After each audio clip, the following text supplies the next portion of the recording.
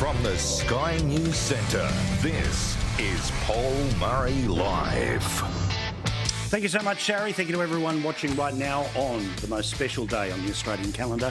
A moment when we reflect, but also we reset. Also the same for people in New Zealand. Now our program is on air in New Zealand much later than it is in Australia due to the time difference, but still, thank you to everyone who watches us regularly there. And I wanted to start today by showing you what a group of people getting together can do.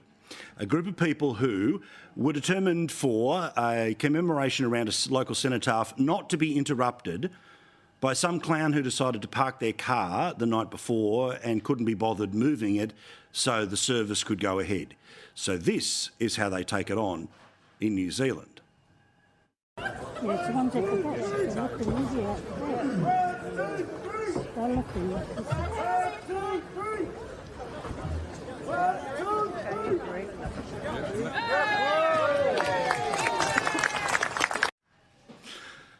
Awesome. In Gisborne in Victoria, the home of the RSL there had burnt down just a few weeks ago. It was part of what is connected to a golf club that had also burnt down.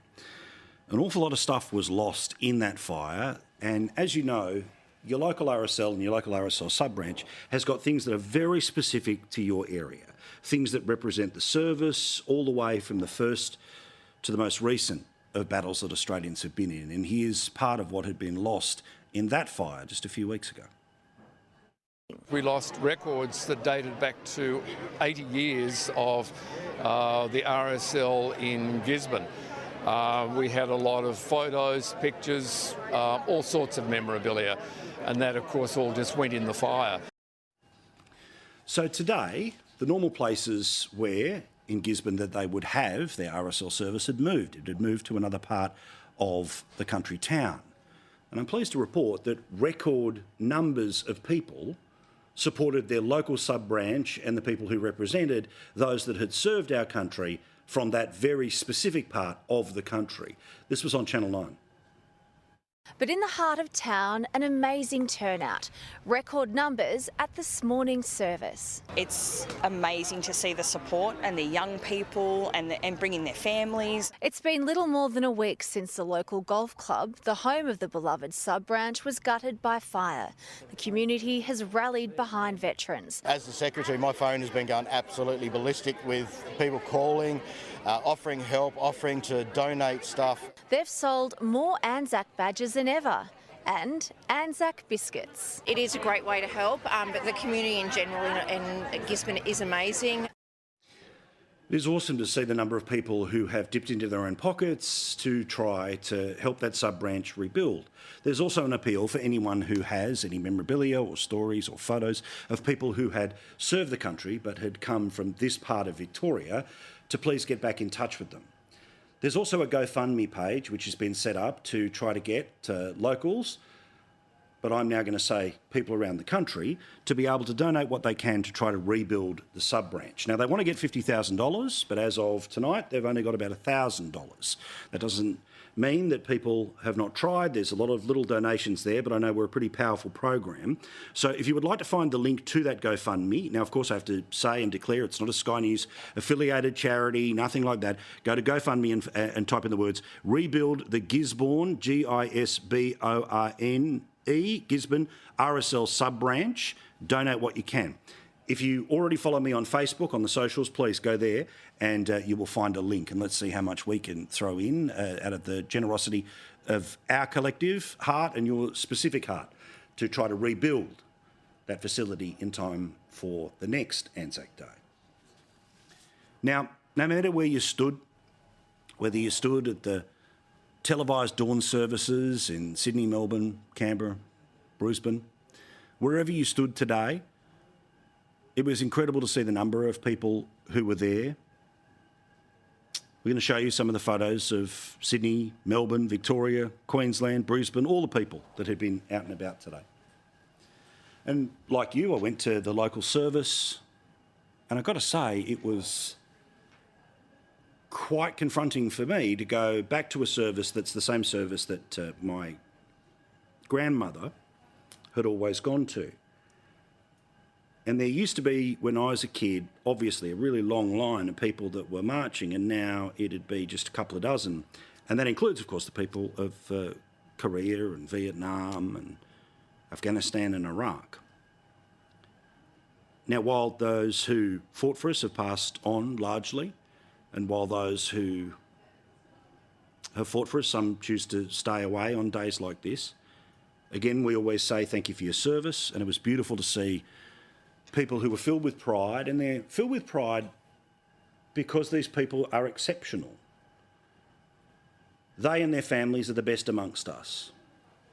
They are the people who were able to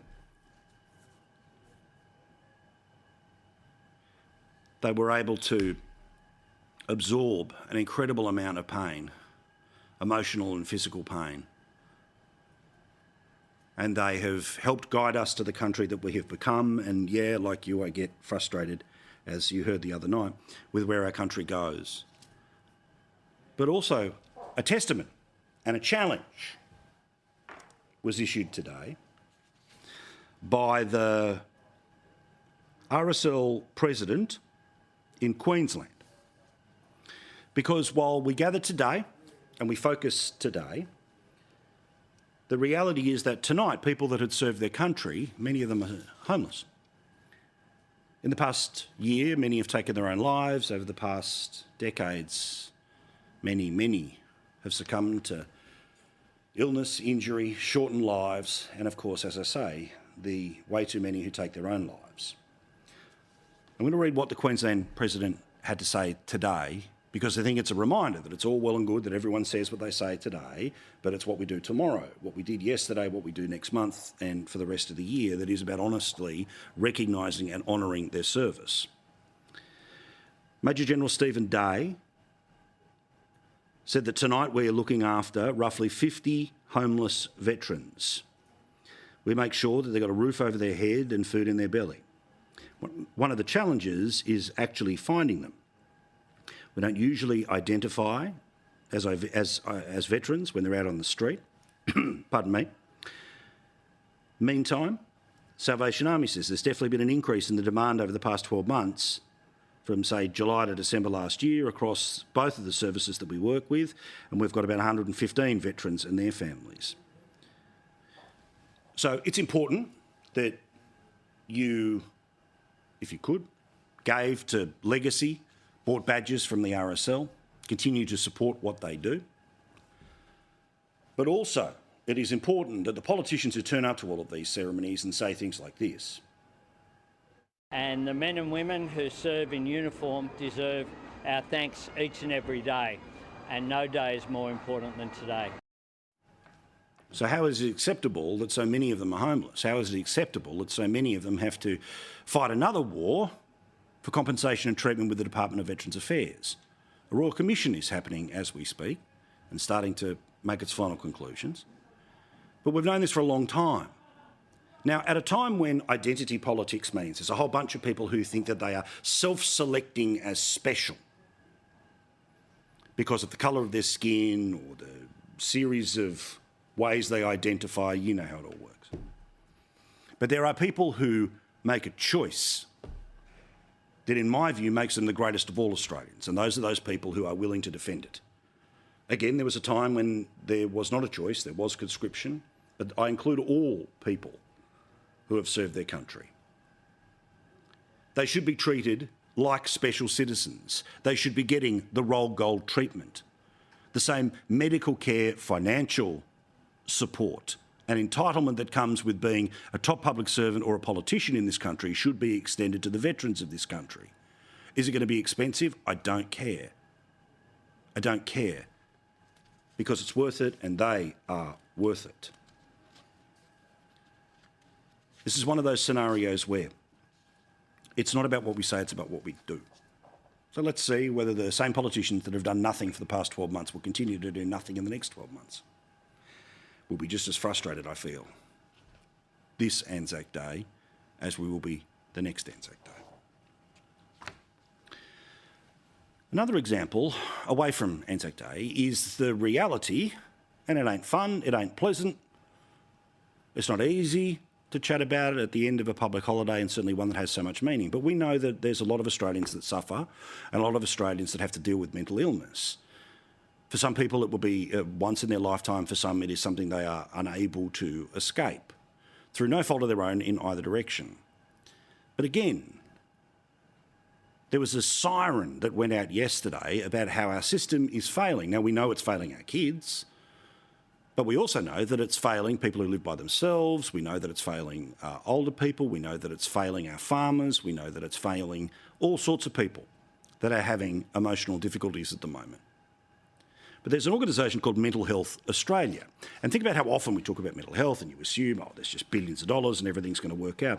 Well, there's a bloke called Matt Berryman, and he used to be the CEO of Mental Health Australia. Well, he's thrown in the towel, not because he's not committed to it, but because he wants to make a point.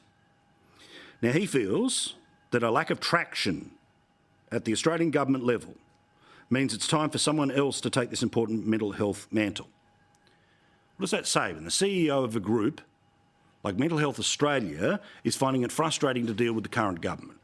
Now, he may well have felt frustrated about the former government, but the current one is the one who's on duty and has been there for a couple of years.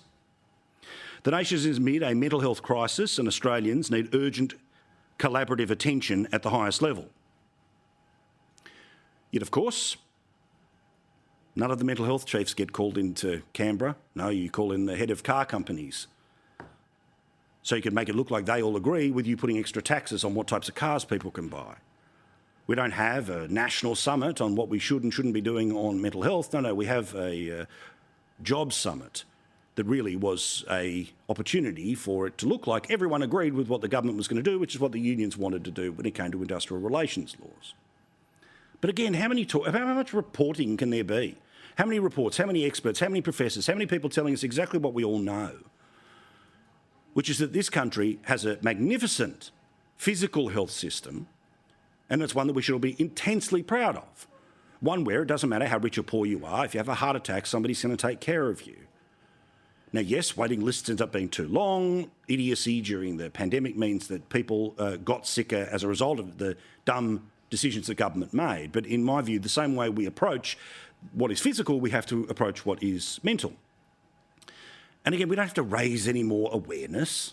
We don't have to raise any more funds. We need action, action, action. And to see that somebody who was front and centre in that particular fight has now handed it on to somebody else because of the frustration of that fight, well, it should send off an alarm bell. Now, I get it, today's a public holiday and it didn't lead anyone's news anywhere. But it is something we've got to talk about as unpleasant, or perhaps at times repetitive as it may well seem. Because I'll never forget the time when we were at a Sky News People's Forum, it was a couple of elections ago, and somebody had said, hey, could you put up your hand if anyone knows somebody who's got mental illness? Everyone in the room put their hand up. So we know people. It could be us. But again, in the same way, how do we actually treat the veterans of the country? Versus, rather than just popping up on Are You OK Day and writing something on Instagram, what do we actually do for the people who need that help every day? Now, of course, in the next couple of weeks, the political conversation will move on to the federal budget, where the focus will be the Prime Minister and the Treasurer patting themselves on the back because they have a budget surplus, meaning they have more revenue coming in than they know how to spend. Now, I've made many points and many times about the types of things that they should be funding, like cuts to petrol taxes, like the $1,500 automatic tax return to 10 million Australians, because that amount of money does actually matter, as opposed to $15 a week, too little, too late tax cuts, which are all about the politics. They're literally going to spend $40 million on selling the tax cuts that you can't hand back, by the way. They're just coming to you. It's just all the political spin around it. Well, that $40 million, why shouldn't it go into mental health or into veterans' affairs? Because they think there's no votes in it. But it is a comment about the decency of our country, is it not? Now, this government as well, in the same way that they cut back on the amount of money that you got automatically as a tax return in order to be able to pay some of those big bills that a huge number of people can't pay. Remember, there are millions of people in Australia with less than $1,000 in the bank, and the average of those is about $210. So, yeah, big chunks of cash at once do matter. $15 a week does not matter because it's instantly eaten up by things like petrol taxes. But another decision that this government made, and it's one that they did and they've copped criticism for, but they have never turned around on, which is that they have reduced the number of sessions that people can have via telehealth with a psychologist. They have reduced the number. Now, people who may be, for a whole bunch of reasons, unable to get to a psychologist, the capacity to be able to have the fellow taxpayer pay for sessions with a psychologist who mightn't be in their town but might be on the other side of the country, might save their life. But this government cut the number of services while pretending to care about mental health. They put back some in the regional areas because, well, you know, we don't want to admit we're fully wrong. But where the people live in the populous cities, no, they cut back on the service. And I'm indebted to the reporting of people like the ABC who have actually gone back and checked in on what the consequence of this decision is. And a year after the government halved the psychology subsidies, Australians are delaying or foregoing treatment. It means they get sicker. It means their lives get harder. Now, I know that it's the easiest argument to make in the world when you turn around and say, well, this homelessness or mental health or veterans, why don't you pour all the money into it? I'm not saying pour all the money into it. But when the government turns around and wants a gold star because they're announcing that, oh, we're going to spend $5 billion extra on defence, that they should, every year for the next 10 years, then they push that up to the big number of $50 billion. I'm going to spend $300 billion on submarines, which is great, fine. I understand the need to defend our country. But why is there not such the urgency about the mental health of our country or the way that we treat the people who have defended our country in war or in preparedness for it? It's about priorities. And it speaks to a certain political sickness that exists in the modern system, which is despite the fact that when you ask people, everyone will put their hand up to say that they know someone who may well be the beneficiary of such increased services. The reality is, in order to pat themselves on the back and say budget surplus 2.0, they cut the very services that would help everyone who is known by those people in that room. They may well be good at politics, but I think these are the judgments about whether you are decent in the way that you run the country. My current view is that the people currently in charge in so many areas of our society, they really do take the low road to the high office. And then they turn around and just try to hold on to it rather than try to do anything with it. Imagine a Prime Minister, a minister, someone who turned around and said, making sure that the same system we have for Medicare exists for mental health, exists for dental, that's going to be their legacy. That'd be great, wouldn't it? But for some reason, they never go there. As cost of living continues to squeeze people, we know that the inflation numbers were not very good. While the annual figure is slightly down, let's compare month to month because that's what happens, and it's gone up in the past month. In fact, there's a lot of things here that I want to read to you, but these are the number of things that went up in March and by the margin. Now remember, about 3.5% is the current average when it comes to inflation. But you can see if you're a smoker, and I know that's a small number of people and we should all give up, but still, they're getting whacked the hardest. But insurance is almost 3 times the national average. Petrol, which of course they double tax, not just excise but GST as well. Rents, bread, cereal, housing, electricity, education, transport, health, food, all of those things have gone up in the past month. And when you actually have a look at what has happened since the global pandemic, things are more expensive today, years after we were all forced to stay in our house, than they were at a time when the world ground to a halt. Well done to the Australian newspaper for pointing this out. But in the past, 4 years, oils and fats are up 40%. Fuel is up 38%.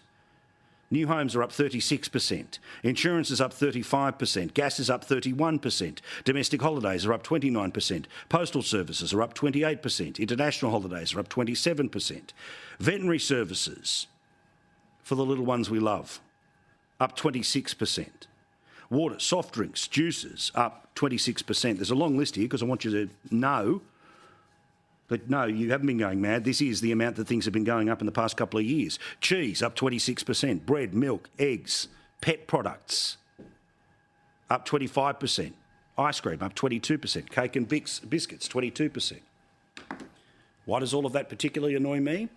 Because what was the promise of this current government? What was the promise when they were in opposition? A Labor government will lower the cost of living. Well, the reality is they own 2022 on,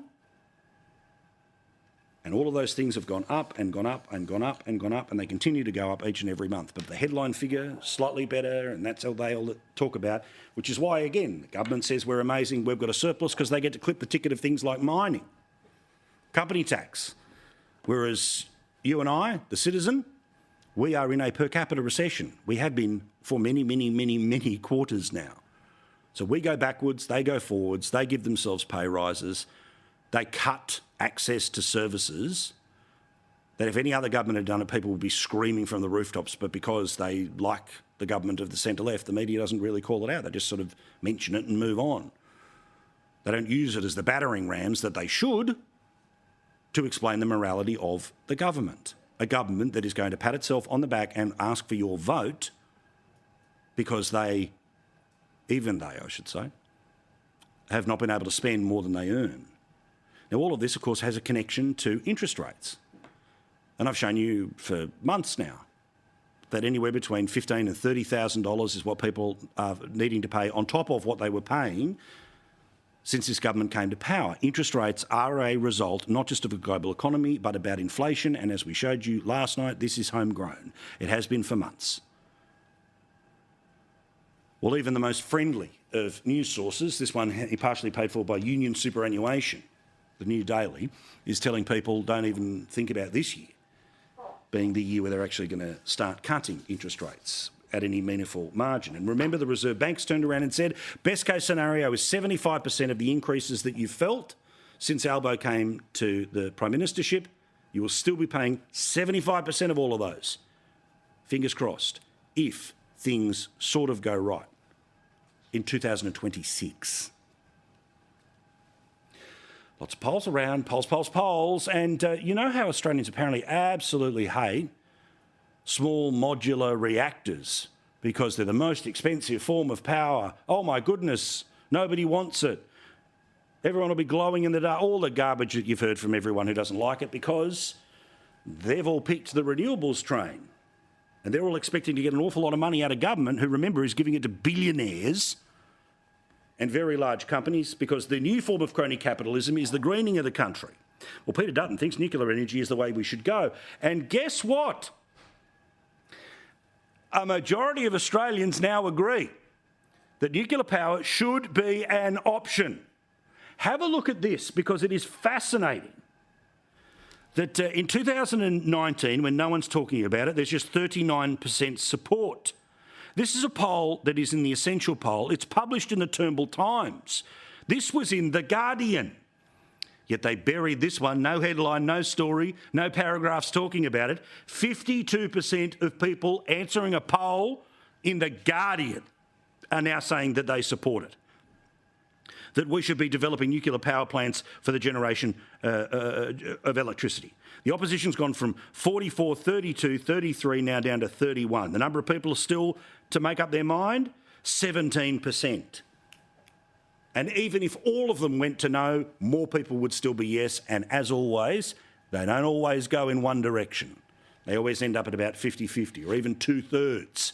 It would show the majority of Australians are supporting the opposition leader's position when it comes to how we can actually save on power bills and also cut our emissions. Meantime, same poll, I need to point this out to you. The trend is not the friend of the government right now. Two-party preferred, according to the poll, shows the Liberal National Party at 49, Labor Party at 47 and Don't Know at 4. Again, literally 3/4 of 4% need to make its way towards the Labor Party to get them up and over 50. Just a quarter, 1%, gets the Liberal Party to 50. Nothing to see here. Remember, the primary vote, according to the Resolve poll, is down by 12% for the Labor Party. The question, of course, is what's going to happen when it comes to the Teals? We don't have that seat-by-seat polling, and we know the absolute air support, forgive the metaphor today, but still, the analogy, the air support that's going to come in from the left-wing media, the ABC, to lock in all of those Teals, because it's the way to guarantee that the government even pushed into a minority because of all of the things that I've talked about tonight and every night on the show and everyone else talks about on the show that are the limitations of the government, the reality, the people who promised to make things cheaper, everything's got actually more expensive, the people who promised to be more transparent, who hide everything in a cupboard, don't answer questions, the people who promised to be more compassionate yet turn around and reduce the number of sessions that might help people with their mental health, and so on, and so on, and so on, and so on. Which is why the performance of the Prime Minister in these polls, again, we've been busy with other stuff, so a couple of days late with this, but I still want to point them out. Disapproval level of the Prime Minister is up 13 points. 13 points in a year. And there's still, I love the lefties, oh, it's honeymoon. No, way over, way over. He's on the couch right now, or he's sleeping in the second bedroom. There's still a chance he's going to come back into the marital suite. But right now, some cold shoulders. The country, dare I say, has a collective headache. Now, it's been a couple of weeks since what happened in Bondi shocked us all and reminded us of how fragile life is and how important it is at every occasion to tell the people that you love them that you love them. Do it every day. Do it every day until people get sick of it. I tell all my friends, all my family, and I would say to you as well, strength and love to you and your family. I appreciate everything you've ever given me, and I look forward to the journey that we have together, which is going to be long. Don't worry, it could be very long. But Bondi Westfield is reopened. Now, we know that it opened within a week of the attacks and the 6 people who ended up dying there. But I now read in the Sydney Morning Herald, I think this was, that the people who own the shops, and remember, they have to pay the rent in these shops, they would like people to come back. Now, for whatever reason, I understand why some people may still well be nervous, but it's very obvious that security is stronger than it's ever been. But the reality is that part of the people who suffered on the outskirts of the tragedy are the people who remain in the building and are there every day. So please go back to the shopping centre if you're in Sydney. Please go and support them, buy things from them, maybe put the internet down when it comes to the Mother's Day shopping this year. Go and physically go into a store, because those people, they have every right to have a business and they have every need, in my opinion, to be able to be supported by customers when it comes to their businesses. Now, on Wednesdays in the United States, court doesn't sit, apparently, in New York for Donald Trump, so he's had 24 hours to be able to relax. How could you relax when you know what's coming? And do so in New York. But later tonight, about an hour and a half's time, he'll start heading back in there, and the bloke from the National Enquirer will remain on the stand talking about the who knew what and where and how things were pumped up or pushed away. Not going well for Trump at the moment when you realise not what the case is, but just about how slanted the process is. Everyone can say whatever they want about him. He can't say anything about them. Literally, you turn on, and if you do this late at night tonight and you have a look at MSNBC, if you're on the Foxtel or the Flash program, or CNN, if you're in the same two places, you'll be able to see just expert after expert. They're all prosecution people. Nobody's a defence anything who turns around and explains why this maybe doesn't work, this does work. So we know what's going to happen here. He will inevitably be found guilty, or it'll be a hung jury, great, but he'll inevitably be found guilty of a bookkeeping error, and the judge that's hated him since day one, that the gag orders will probably send him into prison, whether that prison, of course, is a suspended sentence or whether it's home detention in the big gold building or he's allowed to go back to Mar-a-Lago, who knows, but we all know that's coming. Now, that's my view, but even worse for Donald Trump, this is his own lawyer talking on television. But I don't have hopes really that high at this moment that the New York courts will do the right thing, that the jury will do the right thing. We're in a blue state, as you know, Greg, and I think everything's by design. But he'll have plenty of money for the canteen should he end up going into jail. Because, as you know, Truth Social, which he started after he was booted off Twitter, he's its biggest star. He's, of course, the place where people go to have conversations and hear the latest from him in, regular detail, including even in breaks in the court. You know that this thing listed on the stock exchange. Now, while the price has come down, the reality is he's still going to get a bonus, apparently $1.2 billion, B4 billion dollars. So, yeah, he's having a crappy time in a courtroom, but for whatever reason, whenever he gets out of whatever the heck is coming to him, he's got an extra $1 billion right now. And if there's one thing that I have heard over and over and over again about Donald Trump being in the courtroom is the political implications that are great for Joe Biden, because Joe Biden can, as the media say, freely campaign around the country. How could this decision affect how he campaigns going forward? You have Donald Trump in a courtroom fighting for his personal freedom, a moment that he himself created, while Joe Biden is in a swing state talking to voters. The split screen right now is not good for Trump. In some ways, he's already in confinement. The former president's legal woes are helping to shape a campaign unlike anything we've seen before. President Biden taking advantage of that pause in Trump's rallies, kicking off a 3-day campaign blitz in his home state of Pennsylvania. It's more diminishing for the president to be seen in a courtroom than to be rallying outside one. Well, how is Joe Biden doing when it comes to not having Donald Trump and having basically the ability to kick in front of the goal? And people literally hand him the ball and it's on a string and they can pull it through the goal. Well, this is how the president's doing. Such a great ad-libber. He's reading the stage directions now. Imagine what we can do next. 4 more years. Pause. 4 more years. Pause. 4 more years. 4 more years. Oh, this dude. Well, it's just one of many gaffes that have been highlighted in a little video that I've done with Sky News Digital. It's on their YouTube channel. And by the way, congrats to the Sky News Digital team. 4 million subscribers. Huge. I did a video. It's at the top of it. It's called Barely There Biden. Here's part of what we've done. Now, we know that Joe's been a politician for a long time. That means he's told lots and lots of stories over the years, and none of them have really been true. But they now are just outright bizarre. They get wilder and wilder, and they're clearly not true. They're like a fishing story. I caught the fish and it was this big, and then you tell it again and it's this big, and now it's this big. Take, for example, the story Biden tells about the death of his uncle. We called him Uncle Bozy. He was shot down. He was in the Army Air Corps before there was an Air Force. He flew single-engine planes, reconnaissance flights over New Guinea. He had volunteered because someone couldn't make it. He got shot down in an area where there were a lot of cannibals in New Guinea. Oh, there's plenty more there. There's plenty more there.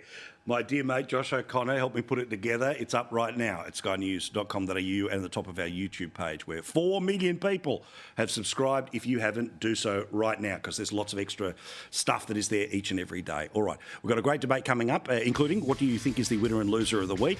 How do we truly treat our veterans? And a whole lot more that we haven't had a chance to get to yet. Everything from de-radicalisation to the madness that still hangs over Victoria after Daniel Andrews. I'll explain why next. Thank you so much for watching. Now, let us have the great debate that we can have in a lovely free country like ours, especially on a day like this. Lisa Goddard joins us now from Bondi Media in Queensland, where today there's been plenty of beautiful images coming out of the services there. The wonderful Michael Kroger is in Melbourne, where, as always, and there was a beautiful piece written by a Herald Sun journalist who'd never been to the Shrine of Remembrance, who said that it was something you absolutely have to do at least once in your life. It was beautiful to see. And the wonderful Kristen Abram here as well, from the Libertarian Party, who no doubt, as she wrote today on Facebook, as I'm just checking her page now, that she stands on the shoulders of giants, as we all do. Now, let's start here, Lisa, with you, because it was the president of the Queensland RSL who was talking about how there are this very night veterans in the country that will end up being homeless, and we all know about the issues to do with suicide and the rest. I made the obvious point, which was it's all well and good for us all to sit and say the right things today. It's about what we do tomorrow, what we do next month? And does it not speak to a little bit of a hole in our system here, that even when we all unite, that there are people who we are supposed to be uniting around who slip through the cracks? Yeah, Paul, it's an understatement. I think that you could say it's a little hole in the system. This has been a obvious failing of the system for not just recent years, but decades upon decades. I think there's been, more than 70, I think, different sorts of inquiries into mental health and problems for our veterans, and yet still we have more veterans now dying from suicide than we've lost in the Afghanistan war. So, I spent some time in Afghanistan with our troops, embedded with them, and I have the utmost respect for anyone who has the bravery to go and represent and fight for this country and fight for the freedoms that, as you say, we are able today to celebrate or not commemorate Anzac Day because of the risk that they took and the bravery that they showed. And look, we are letting them down. The Salvation Army in Queensland had even worse figures. They were saying it's more than 80 that would be out there tonight sleeping rough. And look, they're proud. They don't want to always admit that they are, do have a military background. But we have to do better by these veterans because we owe them everything that we enjoy every day of the week here in the lives that we lead. Yeah, I mean, Michael, I mentioned it, in the era of identity politics, when everyone's competing, it feels, for who is the most this, that or the other, I think the most special, the most amazing are the people who defend their country, right? I think that at no expense should be spared for them to get the rolled goldest of treatments that exist around. The idea that they have to fight a secondary bureaucratic battle, I don't care if we end up spending too much. I don't care if there's double and triple dipping. Guess what? Efficiencies should always be looked for, but the absolute default should be yes, not no. But it is no, and has been no for too long.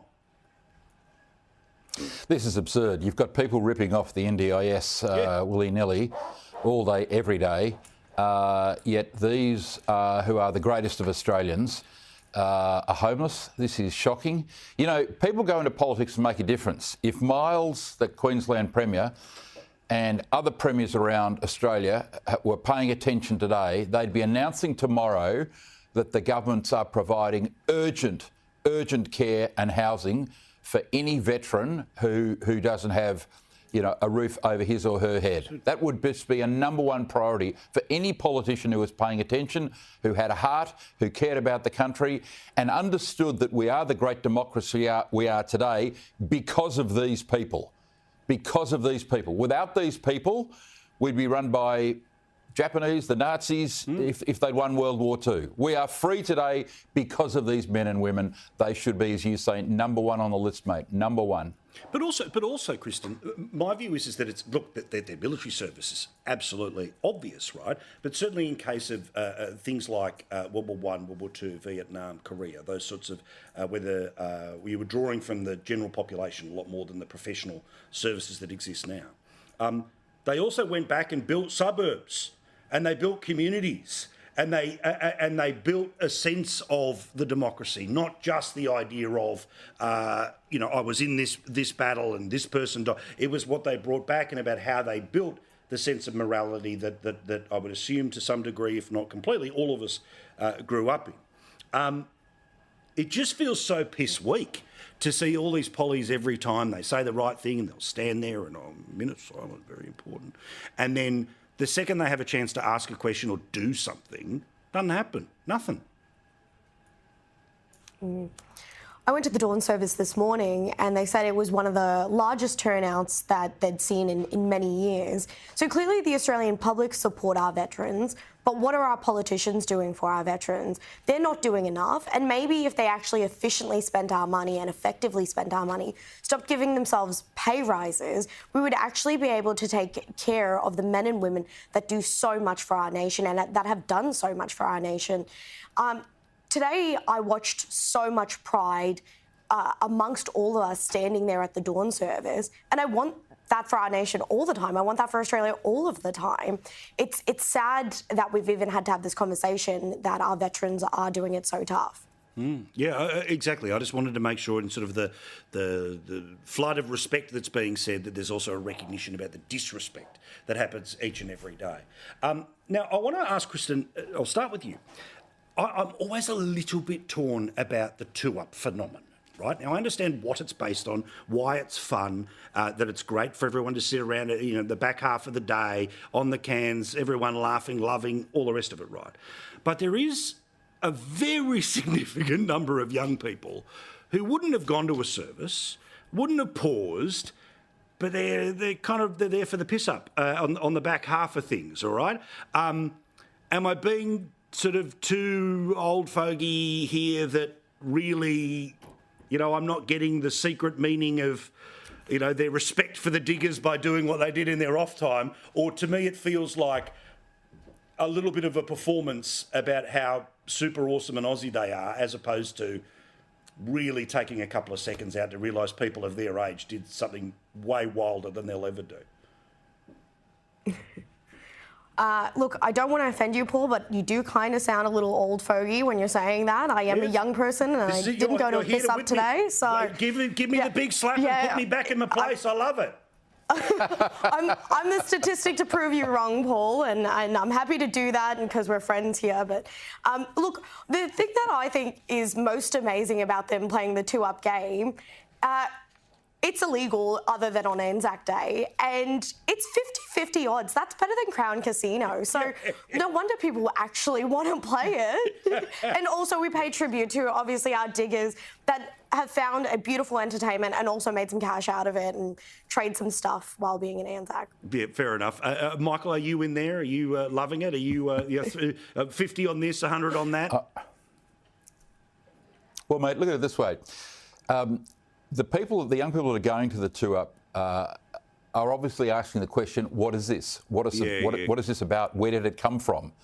So they get to know something about what the diggers did when they were fighting wars, for a bit of, in their spare time, a little bit of enjoyment, something different to do. Fair point. So, at least they'll be inculcated with some knowledge about our history.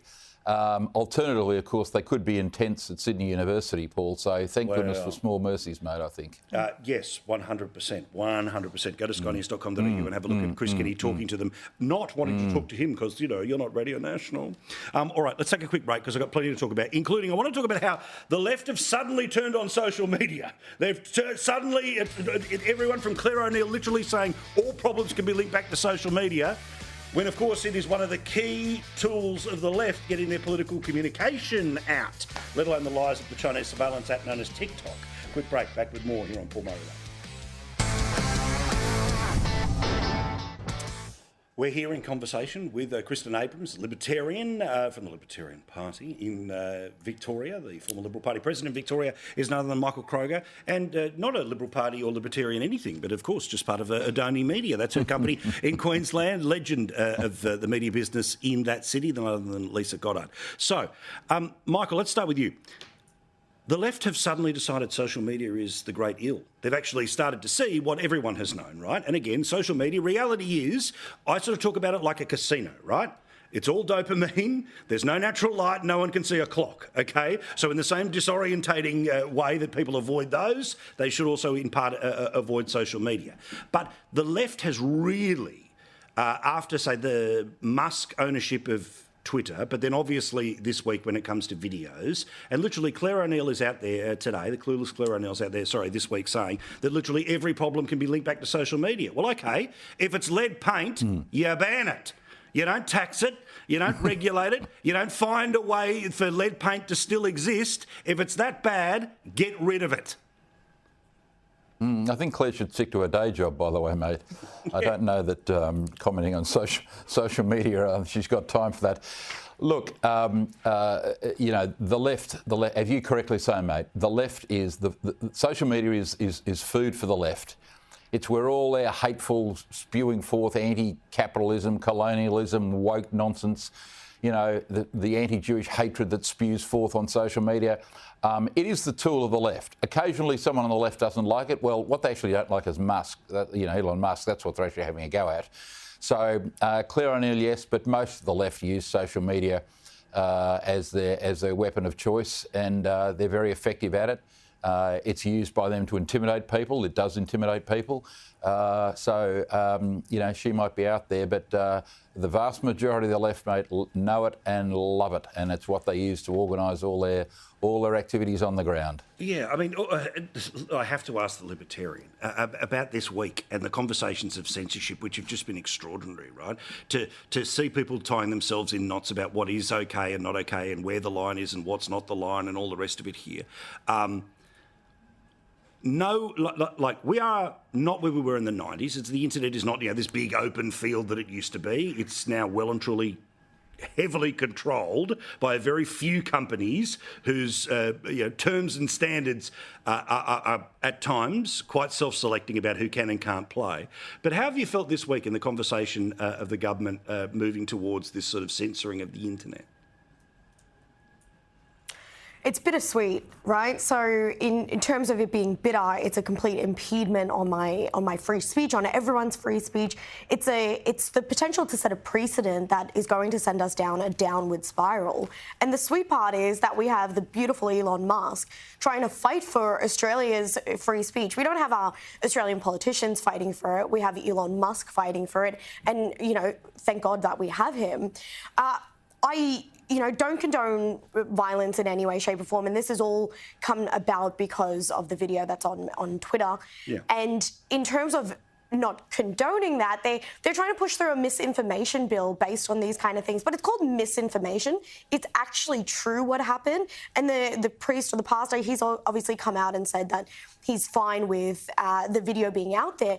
And when we're talking about what can be on social media, what should be on social media, for all the pollies out there and the boomers that don't actually know how social media works, you will see this may be distressing content and you actually have to click on it to view the footage. Yeah. We as an adult can make that choice. There's already a gate. That kind of comes into the absolutely. And then it comes into the parental consent, we should put over 18s on social media only.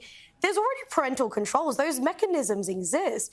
Don't let your kid download Twitter. Don't let your kid download Facebook if you don't want them to be on it. The government is not our parent. So we have a complete impeachment on freedom of speech. And we have a government trying to parent not just children, but adults too. It's just ridiculous. Honestly, I've been outraged most of this week, Paul. So, yeah, thank you for causing me to bring that up again. See, my little libertarian heart beats loudly when I hear this stuff on the telly. Well done, well done. I love it. Bring the freedom on. All right. Now, Lisa, let's talk about an opinion poll that is popped up today in the Courier Mail. It shows that Labor voters still basically want Anastasia Palaszczuk to be the leader of the Labor Party, not Stephen Miles. Now, is that because they literally think she would give them a better chance in an election, or this bloke's so terrible that they don't realise what they threw overboard? Oh, look, I still think there's an element of Stockholm syndrome. The fact that that government was re-elected at the last election, and it was COVID, we know that. But look, moving on, let's hope that Queenslanders are looking at it through a different lens. But what I find really interesting is that men actually like Miles. Miles is doing it quite okay outside of the actual Brisbane itself, but in Greater South East Queensland, which he will take as a win. But yes, it will be very interesting. I think as of 5 o'clock tomorrow morning, the Courier Mail's poll will be who will you vote for, Miles or David Crisafulli? So that will be the one that's worth watching. But look at Queensland politics at the moment. It's very clear when you look at and I loved the headline, the Air Miles, where he had the two planes heading up to Townsville and Cairns. Very clearly, the taxpayer-funded campaign has begun heading into October because we're less than 6 months now until we head to the polls. So, Michael, the polling group crossed. wasn't so huge, but it will be very interesting. Yeah, I mean, that's, again, the subset of the subset of the subset. So we'll see where that headline goes, couriermail.com.au, repeat at skynews.com.au. But Michael, fair dinkum. The Pong's been around this mob for a long time. I famously got in trouble for saying they should flush them last time. Geez, I hope they do this time. Mate, don't worry. You've got nothing to worry about. If you're looking for someone to carry your bags, in case you have to go to America for that event in November, you know what I'm talking about. If you need someone to carry your bags, there'll be someone unemployed from October onwards in Queensland who will be able to carry your bags. Where I can have my pick of the worst government Queensland's ever had. Yeah, but mate, he'll want to go in a private jet. Oh yeah, correct. He's not going to. None of that Sky News economy travel for him. No. Well, you've got to catch a bus. If they could, I'd be in a bus across the water. Thank you guys. Do appreciate it. Have a wonderful weekend wherever you happen to be. Quick break. Back with more. Don't forget, we're going to be in Renmark on Sunday night. Thank you very much for watching. Thank you to everyone who served our country. Stand by for the late debate again. Sunday night, we're going to be in Renmark in South Australia. Cannot wait to be there. We're going to the footy on Saturday as well. So come up and say good day. I'll be the fat bloke. Cigar in one hand and a Villies pie in the other. Go Yankees, go Tigers. Ta-da.